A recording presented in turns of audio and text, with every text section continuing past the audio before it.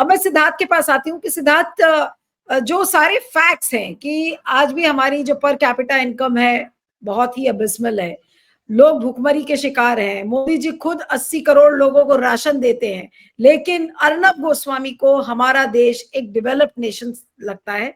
और ये बात वो इसी इंटरव्यू में, नारायण मूर्ति के इस इंटरव्यू में वो ये कहते हुए आज, लेकिन इनकी ट्रोलिंग क्यों हो रही है, लोग इतना क्यों हंसने की कोशिश कर रहे हैं? आज अर्नब गोस्वामी के ही बहाने आज सोशल मीडिया पर लोग गुस्सा भी हैं जमकर, ऐसा लग रहा है कि एक चुटकुला हो गया है, उसको चुटकुले की तरह भी ट्रीट कर रहे हैं, लेकिन एक पत्रकार और एक सीरियस पत्रकारिता वाले लोगों को इसे किस तरीके से देखना चाहिए? मैं थोड़ा अचंभित भी हूँ, हंसी भी आ रही है, मूर्खतापूर्ण बात भी लग रही है, और मैं रेजिस्ट नहीं कर पाई कि नहीं आज इस पर कर ही डालते हैं और आज इस पर बात करनी चाहिए अर्नब गोस्वामी पर।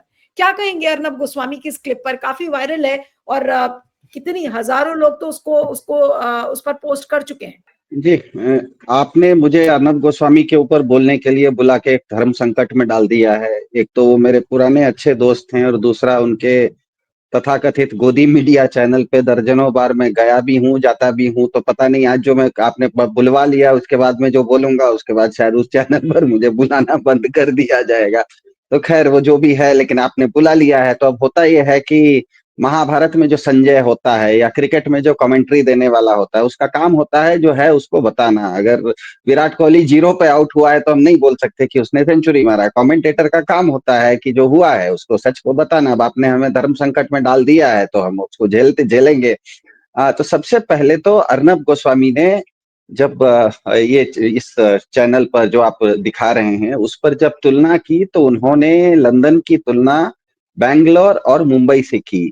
और वो खुद रहते हैं दिल्ली में। दिल्ली से क्यों नहीं की? सबसे बड़ी बात है दिल्ली में कर देते, दिल्ली से कर देते। क्योंकि आजकल दिल्ली के बारे में एक कहावत व्हाट्सएप यूनिवर्सिटी पर प्रचलित है कि main smoke cigarettes, big man smoke cigars, legends live in Delhi NCR. ये एक तरह का एक व्हाट्सएप पर ये चला हुआ, इसीलिए शायद दिल्ली एनसीआर से अपने लंदन की उन्होंने तुलना नहीं की, क्योंकि वो फिर हास्यास्पद बहुत ज्यादा हो जाता। तो खैर उन्होंने तुलना की मुंबई की, जो उन्होंने की उसी पर बात करते हैं, उससे आगे पीछे जाने की जरूरत नहीं है। तो उन्होंने 3 शहरों की तुलना की, एक लंदन की तुलना की, एक मुंबई की तुलना की, एक बैंगलोर की तुलना की। तो कोई भी व्यक्ति शहर में क्यों रहता है? क्योंकि शहर में कुछ सुविधाएं ज्यादा होती हैं, वहां पर यातायात आसान होता है, वहां पर सुरक्षा ज्यादा होती है। आप अगर ग्रामीण क्षेत्र में रहेंगे, आप गांव में रहेंगे तो स्वाभाविक है यातायात की समस्या होती है, सुविधाएं कम होती है गांव में। शहर में रहते हैं तो ये सब चीजें ज्यादा हो जाती है। तो मुंबई, दिल्ली और क्या कहते हैं लंदन, इन तीनों के बीच में अगर तुलना करते हैं तो मुंबई के लोकल में रोज 10 लोग मरते हैं। मुंबई का एक लोकल ट्रेन है जो कि वहां की लाइफलाइन कही जाती है, जिसमें कि सबसे ज्यादा लोग यात्रा करते हैं। तो मुंबई के लोकल में रोज 10 लोग मरते हैं। और लंदन के मेट्रो में साल भर में 34 लोग मरते हैं। मुंबई की लोकल में रोज 10 लोग मरते हैं, लंदन की मेट्रो में साल भर में 34 लोग मरते हैं। तो अब कैसे इसकी तुलना होगी पता नहीं।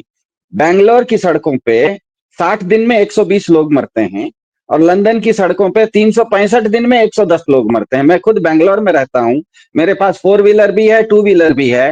ट्रैफिक की ऐसी स्थिति है कि 2 किलोमीटर तक जाने के लिए मैं अब 2 व्हीलर भी नहीं यूज करता। पैदल जाना आसान है क्योंकि आधे घंटे में आप 2 किलोमीटर भी नहीं जा सकते। ये स्थिति है बैंगलोर की। तो आप बैंगलोर, लंदन और मुंबई की तुलना कर रहे हैं। इसका मतलब ही है कि एक तो बैंगलोर की सड़कों पे 60 दिन में 120 लोग मरते हैं, लंदन की सड़कों पे 365 दिन में 10 लोग मरते हैं, मुंबई के लोकल में रोज 10 लोग मरते हैं, लंदन की मेट्रो में साल भर में 34 लोग मरते हैं। ये तो हुए आज के समाचार। बाकी जो अर्नब ने किया वो था विश्व गुरु का प्रचार। ये बिल्कुल अब स्पष्ट हो जाता है, एक्चुअली समाचार ये है। बाकी जो अर्नब कर रहे थे तो वो था विश्व गुरु का प्रचार। एक इंग्लिश में कहावत है, what government wants to hide is news, the rest is propaganda. मतलब सरकार जो छिपाना चाहे वही समाचार होता है, बाकी सब प्रचार होता है। ये बिल्कुल एक बहुत बड़े व्यक्ति ने कहा था। तो 2014 से पहले एक आपको बहुत रोचक, ये बहुत दिलचस्प जानकारी है कि 2014 से पहले भारत में जितने भी खुलासे होते थे वो मीडिया करता था। चाहे वो बोफोर्स का खुलासा था, हर्षद मेहता का खुलासा था, खुद अर्नब गोस्वामी ने एक अंतरिक्ष घोटाला का खुलासा किया था। तो 2014 से पहले भारत में जितने भी घोटाले होते थे वो अखबार करते थे, मीडिया करता था। और 2014 के बाद जितने भी खुलासे हुए हैं भारत में, वो या तो विदेश ने किए हैं या तो विपक्ष ने किए हैं। वो अदानी का घोटाला ले लीजिए, इलेक्ट्रल बॉन्ड का घोटाला ले लीजिए, वोट चोरी का घोटाला ले लीजिए। तो हुआ क्यों है? जो चीज उनको करनी थी, जो घोटाले मीडिया को उजागर करने थे, जो सरकार के कामों के अंदर जो त्रुटियां हैं, उस चीज को मीडिया को उजागर करना था, मीडिया वो उजागर नहीं कर रहा है। जब मीडिया उजागर नहीं कर रहा है तो दूसरे लोग उसको उजागर कर लेते हैं।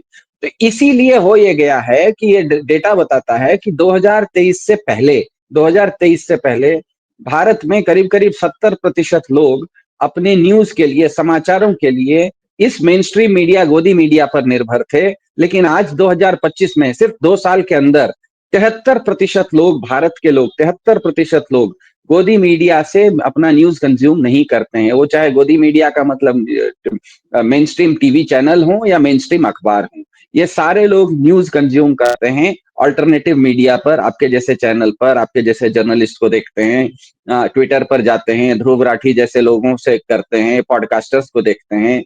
और इसका प्रमाण ये है कि दुनिया भर में जो जेनजी के आंदोलन हो रहे हैं, वो कभी श्रीलंका में हो जाता है, कभी बांग्लादेश में हो जाता है, कभी नेपाल में हो जाता है, कल वो मैक्सिको में पहुंच गया था। ये जितने भी आंदोलन हो रहे हैं, ये मेन स्ट्रीम मीडिया इसको कवर नहीं कर रहा है। मेन स्ट्रीम मीडिया ने नहीं ये प्रेडिक्ट किया था, या हो कि मेन स्ट्रीम मीडिया ने पूर्वानुमान नहीं लगाया था कि ऐसा होगा, लेकिन हो गया, अचानक हो जाता है, क्योंकि उसमें उपयोग हो रहा है अल्टरनेटिव मीडिया का।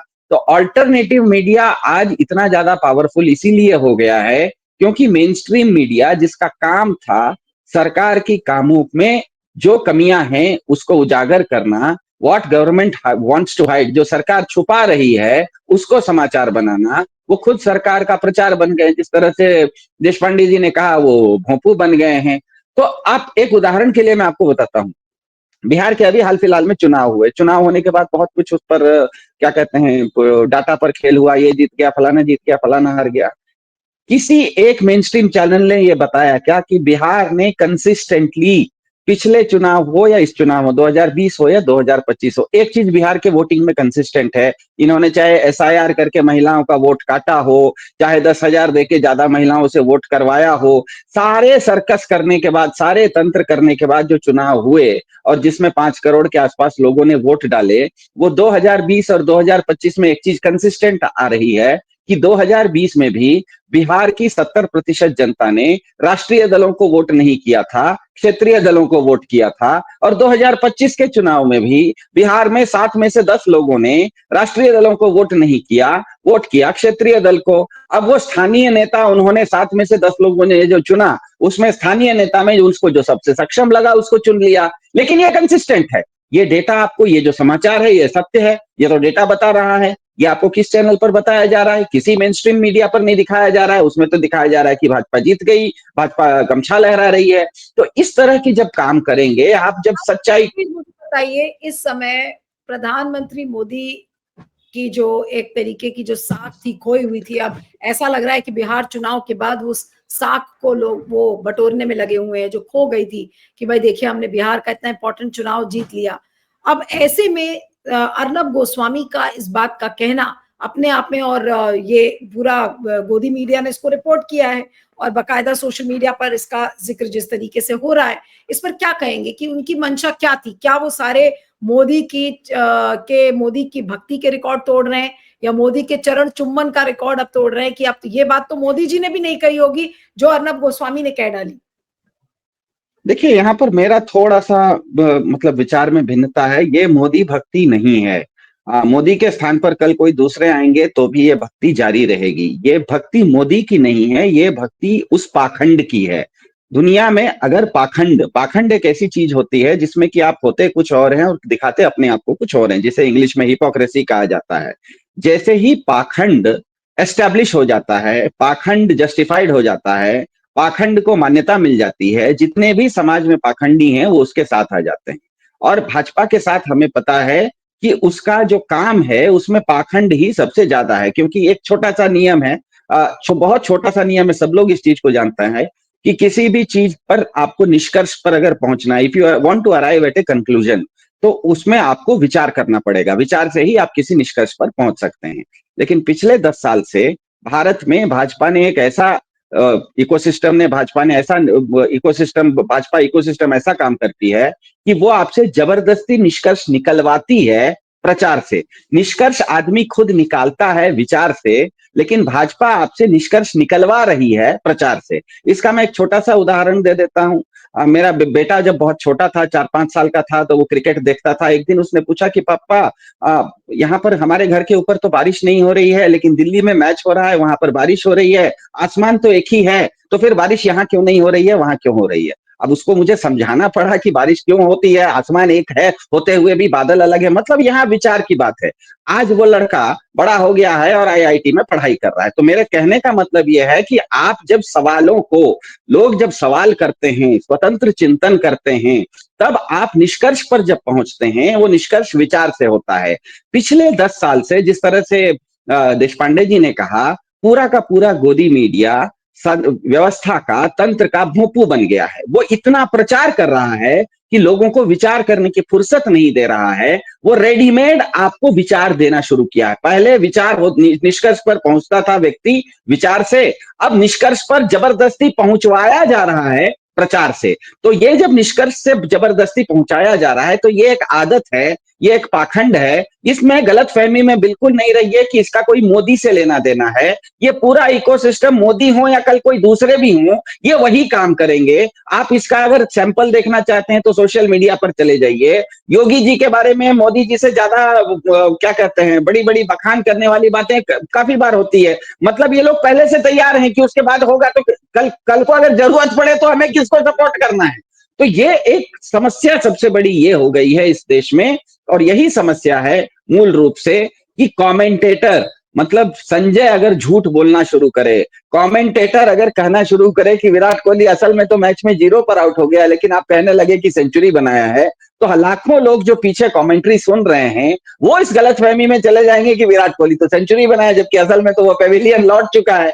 जैसे उदाहरण के लिए बीजेपी का इकोसिस्टम, उसमें सबसे पहले मैं इसमें एक डिस्क्लेमर दे देता हूँ। बीजेपी के इकोसिस्टम में मेरी 85 साल की माताजी हैं, वो भी दिन भर टीवी ही देखती है और उनको बहुत पसंद आता है। परसों भाजपा जीती थी तो बहुत ज्यादा ही खुश थी, बहुत ही ज्यादा खुश थी। तो उनको अब कैसे मैं समझाऊं कि जिस तरह से पूरा इकोसिस्टम बोल रहा है कि भाजपा तो जीत गई, गमछा लहराया जा रहा है, मुझे कैसे उनको समझाऊं कि 2020 और 2025 में भाजपा का वोट शेयर बिहार में बढ़ा नहीं है।